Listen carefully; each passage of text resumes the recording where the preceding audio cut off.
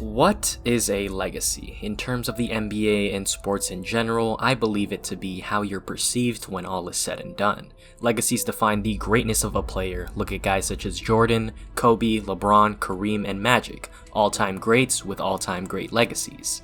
Forever cemented as one of, if not the greatest of their era, some of the most decorated players of all time, and forever immortalized in championship glory. However, in contrast, legacies can also be detrimental to a player and how they failed to win it all.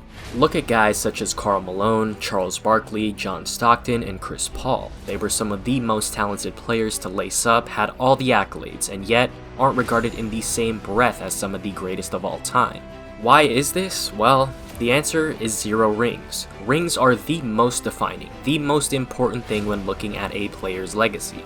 It proves that they were able to win at the highest level while being the best when it mattered most. When talking about legacies and rings, nobody will remember if your team was at a significant disadvantage or not, and while it may be unfair to a player's individual talent and everything they've accomplished, winning separates you from being remembered as a great player to being remembered as a great and a champion. Enter Russell Westbrook, undoubtedly one of the best point guards to ever play the game, the most athletic point guard to ever pick up a basketball, a 1-time MVP, 9-time All-Star, 8-time All-NBA player, 3 straight seasons with a triple-double, 2-time scoring champion, and 2-time assist leader.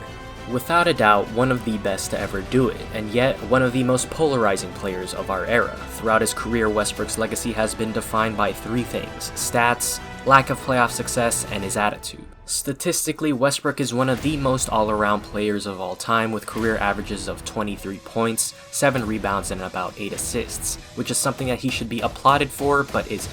He is labeled as a stat padder, and many believe these are empty stats despite what the winning percentages say when he does record these triple-doubles. Why is this? It's because of lack of playoff success and attitude. These two go hand in hand, as many attribute Westbrook's lack of success to what many believe to be his extremely stubborn attitude and inability to adapt his game. When speaking of his lack of playoff success, many point to his 3 years in OKC, post-KD era, and with good reason. Westbrook is by no means an efficient player during the regular season, shooting just 43.7% on his career and 30.4% from 3. However, come the playoffs, his efficiency plummets even more, shooting just 41.1% from the field and 30.2% from 3. And when focusing on the past 3 playoffs, Westbrook has been eliminated 3 straight years from the first round by teams they could have or should have beaten: the Rockets, the Jazz, and the Blazers. During these 3 series, Westbrook has been absolutely inefficient, shooting just 38.4% on a ridiculous 26.5 shot attempts per game. Obviously, the blame can't be put solely on Westbrook, as he had a very poor roster built around him with no spacing in 2017, and poor shooting from PG and terrible defense from Melo in 2018. But when talking about legacy and the expectations surrounding Westbrook, nobody will remember the team around him and how he had virtually no spacing in OKC, but instead, they'll just remember his poor performances no matter how unfair this judgment may be. Before the start of the 2019-20 season, Westbrook was traded to the Houston Rockets, signifying a fresh start and a new chapter in his career. As great of a career as Westbrook did have in OKC, many will point to his lack of playoff success and 0 championships, even though many thought that him and KD should have had at least 1. But now, reunited with former teammate James Harden, questions surrounded the new duo, wondering if both would be able to coexist as they are extremely high usage rate players.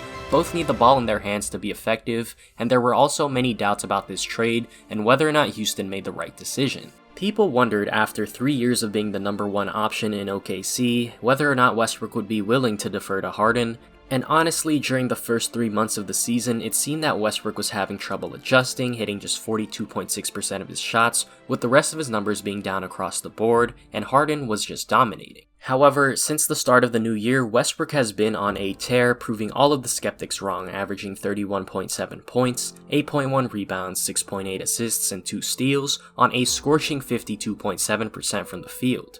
Westbrook and Harden seem to have absolutely great chemistry, and the system of the Rockets is absolutely perfect for Westbrook, and with by far the most spacing he's had in his career, he's been an absolute terror on the offensive end.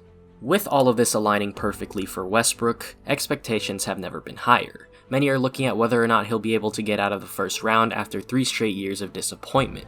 There's no longer the problem of him not having a superstar next to him because he has James Harden, and there's no longer the problem of spacing because he's surrounded by 4 other guys that could hit the 3. Westbrook is in the perfect situation to absolutely dominate this year's playoffs, and I myself think he's going to have the best playoff run of his career. He's been preparing, looking great in the workouts we've seen, looking like he's in some of the best shape he's ever been in his career. However, like I said in the beginning, stats can only do so much for one's legacy. This upcoming playoffs will be an extremely defining moment for Westbrook's career. Once again, I need to emphasize there are no excuses as he's in the best situation he's been in up to this point in his career. The Rockets must win the NBA championship no matter what. Even if Westbrook puts amazing stats and the Rockets still lose, it'll be labeled as a failure and that Westbrook doesn't play winning basketball, Westbrook only cares about putting up numbers, or Westbrook is just one of those players who aren't supposed to win a ring. Russ has everything to gain this playoffs. Should the Rockets win the championship and Westbrook plays at the level he was playing at before the break, he will be cemented as a top 5 point guard of all time. His ring would hold immense weight, as many don't see Houston as a serious contender, having to go through the likes of possibly the Clippers, Lakers, Nuggets, and or Bucks. If Westbrook wins it all, he'll silence all the critics who said he couldn't win because of his playstyle, and those who said he always disappears in the playoffs. He'd no longer be remembered as just one of the best players in his era, but he'd also be immortalized as a champion and winner.